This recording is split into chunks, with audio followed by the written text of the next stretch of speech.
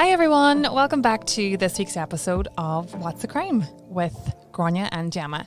So for this week's episode, we have an absolutely crazy story about two women that go missing from Ohio in 2016 and an absolutely terrifying 911 call that will send shivers up your spine.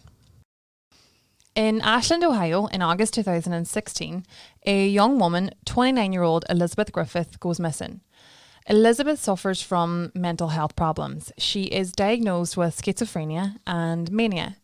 So she would see things or hear things that weren't actually there. And I also read up on an episode where she actually poured kerosene on herself and set her own hair on fire. Her day-to-day needs were overseen by a therapist at Appleseed Community Health. She was counselled there by a lady called Tina Swartz.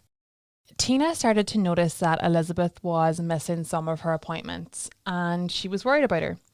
Elizabeth was very regimented, so, she did everything on time and she wasn't like her to miss appointments, so that's why she was worried about her. She also rang into the Appleseed helpline every other night, but her last call came in on August 15th. So a couple of weeks later, on the 7th of September, Tina and another caseworker went to her apartment to check on her. They seen that her laundry was piled up and there was no signs she had recently been there. They did some checking around with her neighbours and they realised that no one had seen her in several weeks. So does she not have any immediate family that were worried about her, or any friends or anything that noticed that she wasn't there? No, unfortunately, she didn't really seem to have anybody that she was very close to that would look for her or advocate for her. Or maybe just weren't living in where she lived, same town or wherever, okay. So obviously this worried Tina and she reported Elizabeth missing to the Ashland police. Unfortunately, the story doesn't really get that much attention. The police do put some photos of Elizabeth on their Facebook page, asking the public if anybody had seen her or heard from her. The images that they used were of her last known sighting, which was in a Walmart on August 16th. So there is really very little information available about Elizabeth's disappearance. She doesn't really seem to have any close family members, like you said, or anyone to vouch for her. And unfortunately, it's just kind of forgotten about. Which I think is crazy. Which is so sad. I mean, she's literally vanished. A girl has vanished, and it's just like, we've tried. We put up a few missing posters on Facebook, basically. Yeah. So they don't really seem to, put much effort into finding her or worrying about her. Okay. That is until the 8th of September 2016, when mother of two and grandmother Stacey Stanley disappears. Stacey was a 43-year-old woman and she had spent the day in Ashland, Ohio. And that evening she called her son, Kobe Stanley, to let him know that she had a flat tire and that she was at a petrol station. Kobe said that his mother had told him she was with a, quote, nice man, and that he had stopped to help her change her tire and that she was going to buy him a cup of coffee to say thank you and go home. Alarm bells. I know, nice man. Nice man. Not a nice man. So Kobe said that he spoke to his mother several times a day, but on the following day after this, there was no contact from her. He tried to call her all day on the 10th, but to no avail. Her family members obviously were getting really worried about her.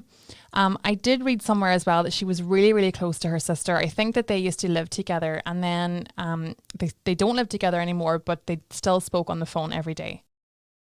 When they discovered that Stacey had not been in contact with anyone in the family, they decided to break into her Greenwich home and check on her. When they did, they found her dogs were still in their cages and they had defecated in them. So obviously that she hadn't been home in a long time. Yeah. Well, not a long time, but she hadn't been home when she should be home. Yeah, exactly. In a couple of days, it looks like it. They're obviously panicking. They're obviously worried because no one has heard from her. Her dogs were in their cages, so she wasn't home. So they filed a missing persons report to Ashland Police on September 11th. According to a report by People magazine, the authorities kind of dismissed that she was in danger. They kind of didn't really take her disappearance seriously, assuming that she had relapsed. And that is because Stacey was a recovering heroin addict. So she had been in trouble with the police in the past. However, in the last 6 months, she was reclaiming her life. She was sober. She was going to work every day. She was a loving mother.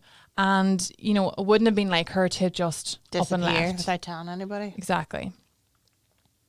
The police found Stacey's car. It was found on 9th Street, which was not far from the petrol station where she was last seen. The driver's seat was all the way back, and her son Corey said she wasn't that tall, so she wouldn't have had it that far back. And they also found Camel cigarettes in the ashtray, which were not her brand that she smoked. So the family came to the conclusion that someone else. Yeah, someone was driving the car. Someone else had been driving her car. So even with this information, the police still didn't really take it seriously that she was in danger. Her family stated that the police shrugged off suspicion, saying that, quote, she was probably went to get high with someone, unquote. I mean, irregardless of her past issues or, you know, whatever she had done in the past. She is a missing person. She's a missing person. And her car, like, you don't just up and leave your car. And the fact that someone else, well, they think someone else was driving the car. Exactly. Anyway, okay, what happened? So the family are obviously distraught that the police aren't taking this seriously enough.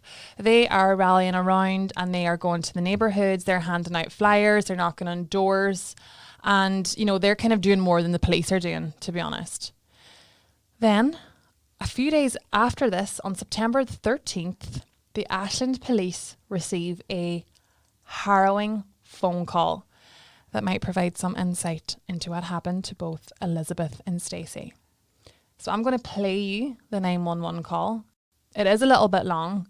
However, I would advise you to listen to the end. It is honestly terrifying. The suspense, it gives me chills. Okay.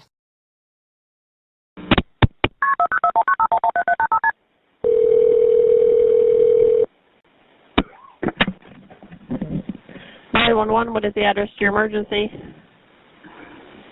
By the Fourth Street Laundromat. What is it? Fourth Street Laundromat. What's the problem? I've been abducted. What's your name? How do you spell your last name? Who abducted you? Sean Green. You said John Green? Sean Great. Where's he at now? Asleep. Where's he sleeping at? In the bedroom. In what bedroom? There's two houses right by the laundry street. And it's in one of those houses. But you're at the laundromat? No, I'm in the bedroom with them. What color's the house? Is it Maybe. If I'm looking at the laundromat, which way is it?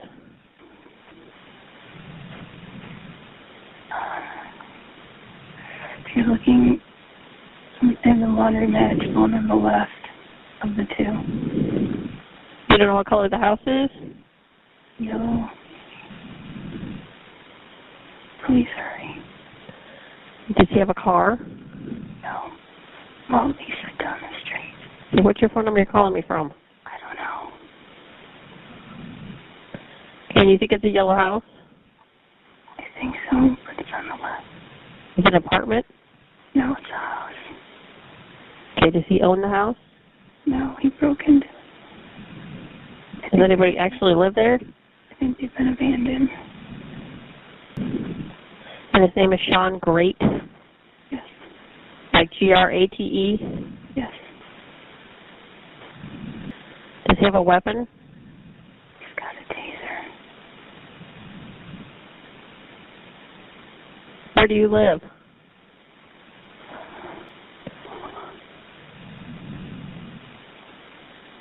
What does he look like? Is he a white male or a black male? White. Is he like 6 foot or is he shorter than that? He's like 6'1", 6'2". Do you know how much he weighs? Probably 175. Are you injured? A little. What color is his hair? Brown. Do you know what color his eyes are? What's he wearing? Nothing right now. Is he still sleeping? Yes.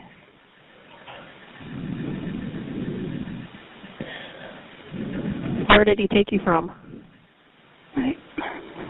My apartment. I mean, I was walking with him. You were walking with him? Mm-hmm. Where were you walking to? I've known him for like a month and a half.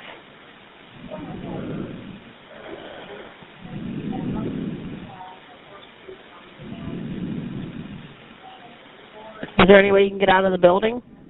I don't know without waking him, and I'm scared. Is there a bathroom in the house? Well, his bedroom is closed, and he made it so it would make noise. And if you told him you had to go to the bathroom, he would do something to you? Yeah, because he had me tied up.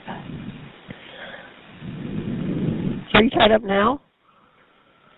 Well, yeah, but I kind of freed myself. Is he in the same room with you? Yes. Is it his phone you have? Yes. Are they on the way? Yeah, we have officers we're sending. Please send enough. Okay, if you're worried you don't have to talk, you can just set the phone down, okay? I just need to hear if the officers find you or not. Are you upstairs or are you downstairs? We're downstairs. There's a door. There's a side door on the right of the left house, and that's where we enter. Immediately there's a kitchen right there, and then the bedroom is right off from the kitchen. Are you bleeding from anywhere?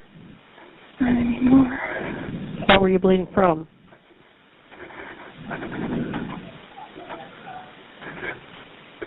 You don't have to talk if you don't need to, okay? Do you know where he lives? No. Oh, shit. Oh, shit. I woke him up. You just set the phone down. Are you still there? How much longer? You what? How much longer? Do you hear any officers outside? No. Okay, they're in the area.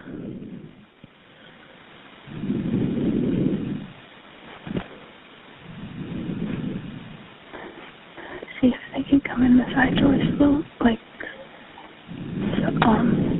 softly.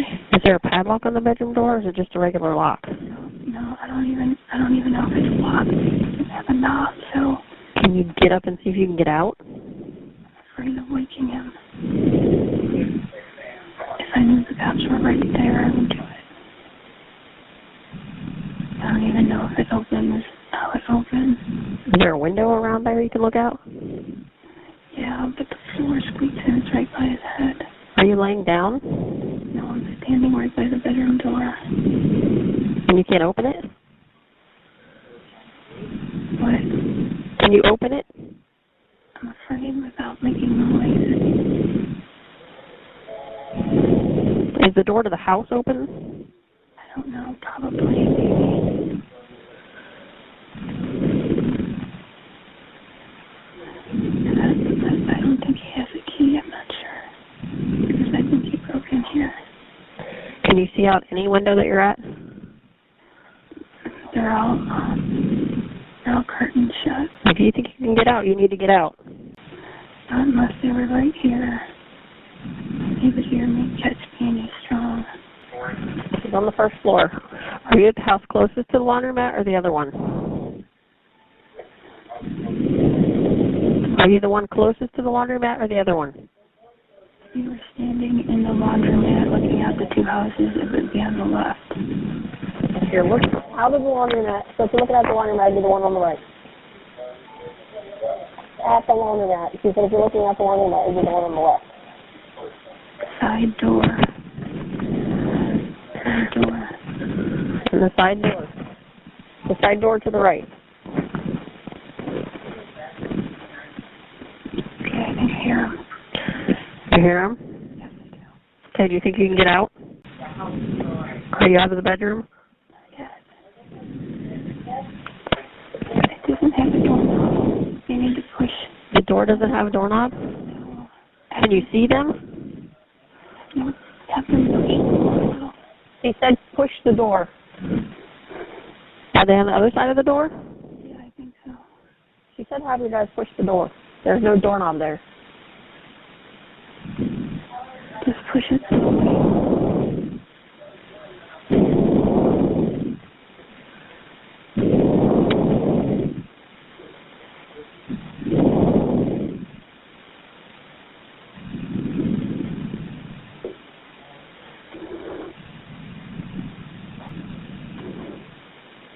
Where'd they go? Can you get out of the bedroom? And the door is at the knob.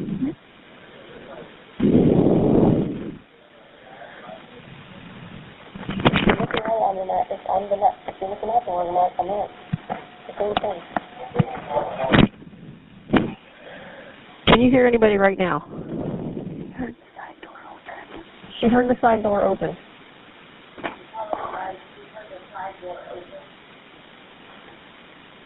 Where'd they go?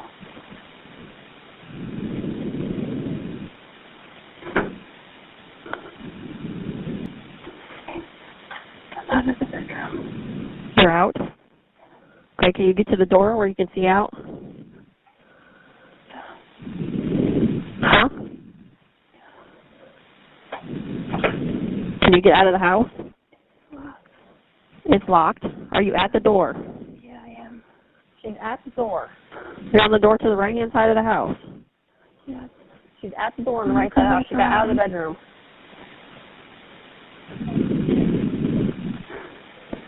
Is there a window there? Yeah, I'm looking out. If they come, they'll come back. She said, Hurry, hurry. she said to hurry up and come back. Can you? Yeah, they can see me if they come locked. to it. The door is locked. No, the bedroom door had no door handle. This one, it's locked. You can't get out. Can you unlock the door at all? Come on out. Hurry up. Get out here. Where is he? Bedroom sleeping. Still sleeping? Yeah. Okay, they have her. He went on her arms. Where are you? Oh, okay. Go on in. Here's the blanket. Well, if you can't be in there, here, cover your stuff up. Tell me what happened. What happened? Okay, so that call is Terrifying. You feel like screaming, like just get her Oh out my of the God, house. get her out of the house. And you the know? operator like asking 305 questions. Like, why is she asking her Well, so I many know questions? she's trying to keep her on the phone, but I know, but she's like, someone come, help me. Like, where are they? And you know the then part where when she they says, I know. come back. That's anyway. And she's so calm. Like I would have woke him up because I would have just been I would have woke him up straight away. I would have been screaming. She's so brave. So the police finally arrive at the house that this girl is being held at, and they find the most shocking thing. So when they get there, a closet door was obscured and there was duct tape over the seams and a blanket across the bottom of the floor. So the agents opened the door and they found maggots covering the inside with a pile of clothing. The word that they used to describe the smell was deplorable. Under the clothes, they found the decomposing body of Elizabeth Griffith. Her naked body was lying face down with the top of her head resting against the wooden trim. It gets worse. They go down to the basement where they found piles of rubbish and again that all too familiar smell of decomposition. Under the trash, they find the body of Stacey Stanley. She has binding around her neck and she was naked from the waist down. God. I know. The third girl who made it out of the house alive, the only one that made it out alive, her name has never been released for her protection. They found items in the house. There were 2 stun guns, brass knuckles, the keys to Stacey Stanley's car and her debit card. Oh, and they also found cloth bindings tied to a bed frame and sex toys. And according to the autopsy, both women had been strangled. God. Who is this guy? Who is this guy? Before I actually tell you about him, can I also just say something? The house that this girl was being kept in and where the bodies of these two women were held in, this house was a house that Stacey Stanley's family had actually knocked on the door. What? And they, for some reason, found this house suspicious, and they asked the police could they check it out, and the police refused. So was it an abandoned house? Yeah, it was like an abandoned house beside a laundromat, and they just felt like there was something off about it, and you know, they thought maybe she was inside or something. That's they so just didn't know. strange, isn't it? Yeah, and the police wouldn't. I don't know why. What they, you know, maybe they just didn't want to get a warrant, or they thought there was no need. But that would make you so angry if you were her family. So the man that was there, that was asleep while the lady was making the 911 call, was Sean Great. Sean Great was 40 years old, born on August 8th, 1976, from Ohio. He was described as a charming man in his teens, but was later described as jealous, controlling and violent. His ex-girlfriend, who he met in 2005, were together for 5 years, and in interviews since this whole fiasco happened, she described him as an emotionally abusive person, and she was able to get away from him in 2010, but not without suffering an assault, which resulted in her ending up in the hospital. And it was after this incident he was arrested and served 180 days in jail. So despite him having a lengthy criminal history, he had only spent about 4 years in prison for a burglary and violating early release conditions with an assault and for domestic violence. He also had a few charges relating to marijuana and alcohol through the years. His mother, who he was estranged from, she granted just one interview to a British tabloid. She told a reporter that drugs and prison changed her son. Quote, "Yes, he's good looking, but the devil's good looking too. He ain't no red horns and all that stuff. You find out he's charming, and of course the charm can charm the pants off anybody." Unquote. What a thing to say about your own son. I know. Although he wasn't known to Stacey Stanley, he just met her randomly in that petrol station. He actually was known to Elizabeth Griffith. So they used to meet apparently in the supermarket and play games. And I know that sounds a bit strange, but I think what that relates to is like games, like arcade games that were in the supermarket. Right, like, yeah. And he was also known to the third unnamed victim. So the unnamed girl, Jane Doe, we'll call her, she said that she met Sean Great at a Salvation Army community centre. On September 11th, he took her to the place he had been staying at on Covert Court, which was that kind of derelict house beside the laundromat. He didn't own it or anything. I think he just kind of was squatting there basically. So she said that she had seen him as a big brother figure and she went there willingly. But when they got there, he hit her in the face, tore her clothes off and abused her, quote, in every way possible, unquote. She testified that he threatened to kill her, put duct tape on her and choked her. He forced her to take muscle relaxants and videotaped the assaults. Oh, God. I know. Sick. Whilst in custody, Sean actually, shockingly, admitted to the murders of 3 more women. So an acquaintance of Sean called Rebecca Lacey, she was found deceased in March 2015. She was a prostitute and her death was actually originally ruled an overdose because she had drugs in her system. But he admitted that she had tried to steal $4 from him and so he strangled her and dumped her body. Oh my, as you do. Someone tries to steal $4. $4, like come on. He also admitted to killing a woman in 2006. He couldn't remember her name, but he knew it was something like Dana or Diane or something like that. But the police were actually able to link the remains of an unidentified girl found in Marion County in 2007. She actually remained unidentified for 12 years. Mother of 2, Dana Lowry, was just 23 when she disappeared. So she was travelling door to door selling magazines and Sean believed she was trying to scam his mother out of money when his mum was ordering magazines. So he coaxed her into coming into his house where he said he wanted to buy more magazines. There, he strangled her to death and dumped her body in Marion County where it was discovered a year later. And it took 12 years to identify Dana. Well, why wasn't she reported missing? Like, she obviously had children. She had 2 children, and I think that her partner just thought that she upped and left, and he never ever reported her as missing. I know. So they were able to identify her using technology from like a Jane Doe project, which is a non-profit, and that's how they were able to identify her as Dana. After a 23-page indictment was filed against Sean Great in the Ashland County Common Pleas Court, he was indicted on counts of aggravated murder, kidnapping, and multiple sexual assaults. Initially, his lawyers entered a plea of not guilty on all charges, but then Sean confessed to the murders in a press interview, and they later entered a plea of not guilty by reason of insanity.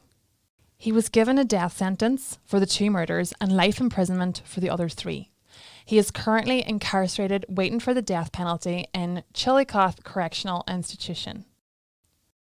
I just find it so sad that it took that 911 call to actually find these women and realise that they had been in danger all along. I know, and how frustrating it must have been for the families. Can you imagine your mother, your grandmother's missing, you're searching, you're begging the police. And they're not taking it seriously. And you're like, one thing, they asked them to knock on this door or search this house, and they didn't even do that. It's unbelievable. It's so frustrating. I feel like they were just neglected by the police, both of the women. Like, they weren't taken seriously enough, and it shouldn't matter about their background or their mental health situation, or, you know, that they used drugs in the past. It just wasn't taken seriously enough. And I just feel like, had it been taken more seriously, then maybe we wouldn't be talking about these women on this episode. Okay guys, we hope that you enjoyed this episode. You can tune in next week for a brand new episode of What's the Crime. And please like and subscribe. And also you can catch us on Instagram or Facebook at What's the Crime. Thanks for listening. Bye.